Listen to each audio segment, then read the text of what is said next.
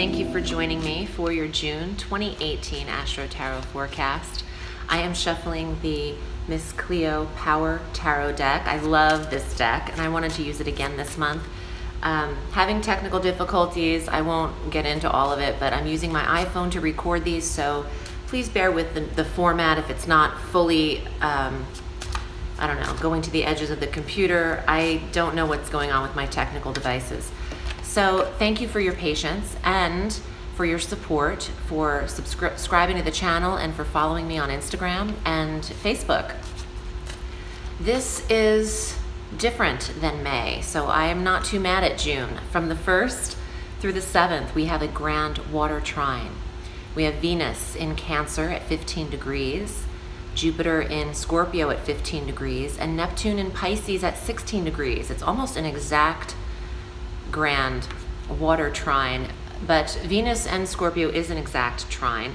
So this energy, very nebulous, hazy, dreamy, kind of want to retreat during this energy, exists between your 11th house of friendships and connections and goals, your 3rd house of communication, and your 7th house of relationship and marriage. So Virgo, you might not be seeing things crystal clear the first week of June, and not a lot of people will be, but you're having this energy kind of blind you in your relationship sectors and how you are communicating with others. So why don't you take this first week to not make solid decisions and use a little bit of a reprieve, nurture the self, think before you speak, write things down first, read them, then feel the need to communicate. You want to take a step back in the water trine. It's not fire energy. This isn't a time for action, action, action and pressing forward and drive. It's more about go inward, relax, assess things internally. Maybe don't speak about everything that you're doing. Take a minute. On the 12th, Mercury, your ruling planet, enters Cancer, stimulating the 11th house, the social sector. He'll meet up with Venus there. So Venus and Mercury in your 11th house of friendships and goals and connections and clubs that you're affiliated with. Now is the time to press on with the social life. And Mercury has you tending to details and all things analysis when it comes to the 11th house of goals and who you are connected to. Reaching out to people you haven't spoken to in a while could occur. Accepting invitations, social energy here for midsummer or mid-month entering into the summer solstice. Our new moon on the 13th is at 22 degrees of Gemini, and this is in the 10th house of career. Our new moon is at 12:43 p.m. PST. And there could be a new purpose for you, Virgo, a new status, title, or career itself. There could be new boss figures or people that you report to in work. If you don't work for someone else and you work for yourself, you might want to do something new. How are you positioning yourself in the world? This is the limelight status with the new moon in the 10th. What are you doing for a living? Have you succeeded in your intention for career? If you've put yourself on the back burner, it's time to move forward with your own earnings. That is important for you because security and safety are important for Virgo.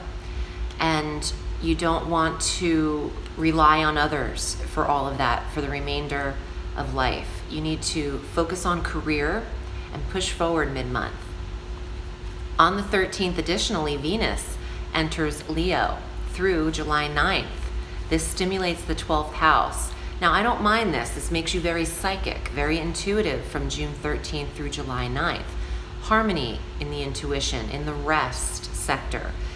The subconscious mind is activated. Venus has the ability, the energy to smooth over the sector she lands. So you love Venus. You're attracted to your quiet experiences, your private time. Great time to release a habit, a bad habit at that, maybe even a mental pattern that you have told yourself repetitively. Release it. it no longer serves you, and that is official when it's in the 12th house.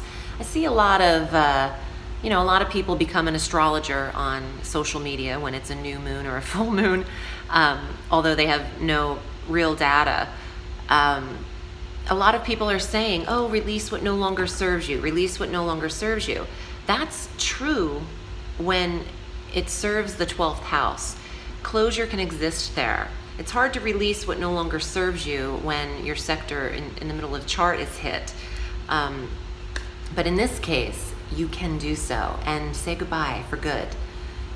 On the 21st, the sun enters Cancer. That's the summer solstice, the longest day of the year. It's my birthday, and that is at 3:07 a.m. the sun enters Cancer. And this is, again, your social sector, the 11th house of goals and friendships. And all things social are highlighted for Virgo and Virgo rising and Virgo moon, but please watch your ascendant forecast in addition to the moon for a full dose of your cosmos.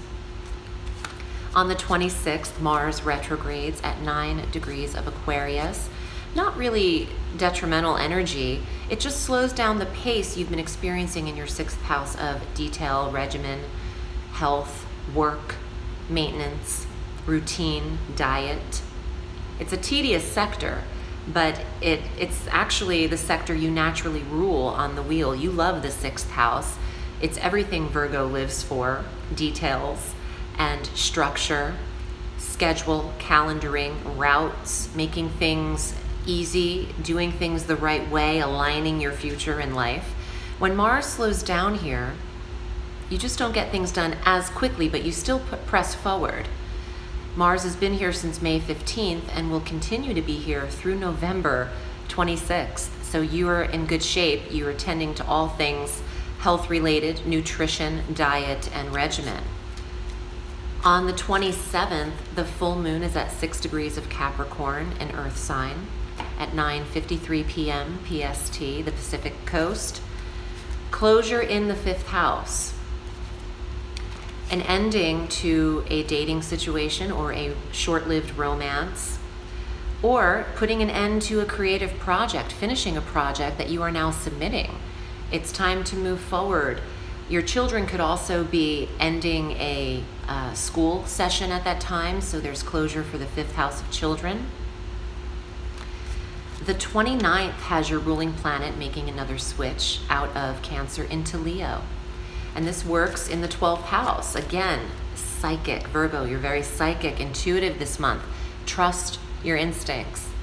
Let's get to the tarot and see what cards come up for you if you'd like to read privately with me to get a full detailed reading with your chart involved, or just the tarot. You can find me at audreyalison.com.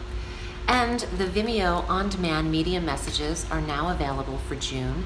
That link is below. And should you be inspired to take my tarot course, that is also available for the beginner, intermediate, and advanced high priestess. I wrote and published this last year, but I have a few students in there now, and it's an interactive course. Go at your own pace.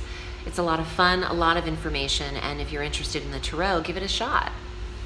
Okay, Virgo, decisions. What do you choose? You can get with this, or you can get with that. You can get with this, or you can get with that. Okay, I love that song. Two of Swords, you are juggling mentally, not tangibly. This isn't about action. This is about your thoughts and weighing two sides of life, two decisions. Let's see what this is about. Here you are. The Knight of Coins, Earth, protect your health and wealth. Protect your health and well-being. And that represents obviously the earth sign Virgo. Could be a Taurus in your life or a Capricorn. But when they come up in the reading that I'm having at the moment, I like to assign them to the person I'm reading for. Oh, well, hello. I mean, this is your card in the tarot. This is the Virgo. I love this deck. So again, you're here. So you're taking a step back as the Hermit. That water trine might allow for that. And the Hermit always leaves the light on. You can assess everything to death, but do so slowly, and then keep the light on for opportunity. If relationship didn't work out, it's not the end of the world. As quickly as you can get in a relationship, you can get in another one. So let's see what else is here. 9 of Staffs. Some of you feel the need to protect yourself or your property or your creative desires. There is some stress with that card, but I want to see what else is here. You have one more. Well, look at this, 2 of Staffs. You start the reading with the 2 of Swords, and then you're ending with the 2 of Staves. Fire.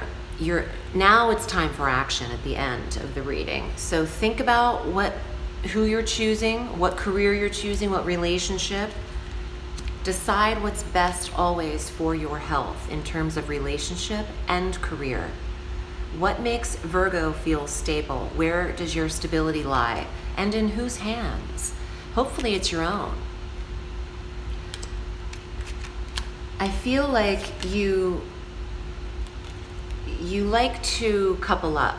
The 2 of Fire, Virgo likes to have someone, and this is an attraction. It's the Lovers, a smaller version of the Lovers card. It's 2 lovers lost in one another.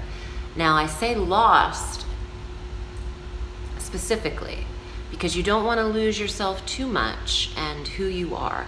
And that water trine has that kind of element in your relationship sector, with Neptune there losing the self, really not having as much clarity as you need. Neptune will retrograde this month on the 18th, and that might help you decipher the reality of your relationships and seeing them for what they truly are, instead of a grandiose, picturesque montage of non-reality. And that can happen with these water signs. Everything's dreamy until it isn't. So keep that in mind, Virgo. I hope this was helpful. I'm wishing you a sweet June. Remember, the sky is limitless, so reach for the stars.